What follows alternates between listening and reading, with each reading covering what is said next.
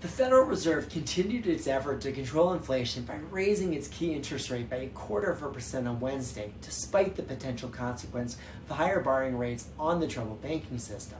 Fed Chair Jerome Powell held a press conference to assure the public that their deposits are secure and the central bank has the necessary tools to protect them in case of threat to the economy or financial system.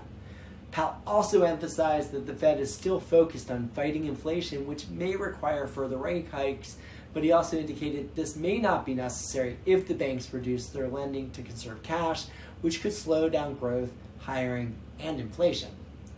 The Fed's latest policy statement shows that they are nearing the end of their rate hike streak and expect to raise their key interest rate only once more, but Powell also warned that additional hikes may be necessary if inflation remains elevated.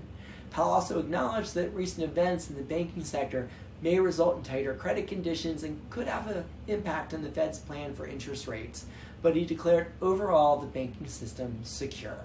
The Fed also promised not to involve itself in the central bank's investigation into the supervision and regulatory failures regarding Silicon Valley Bank.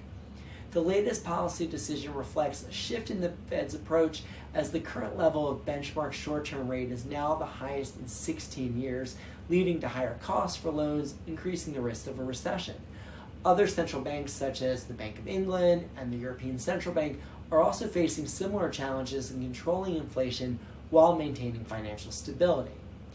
Despite recent events in the banking sector, the latest data still shows a solid economy and strong hiring in the United States, with employers adding 311,000 jobs in February. The Fed does predict that the unemployment rate will increase to about 4.5% by the end of the year.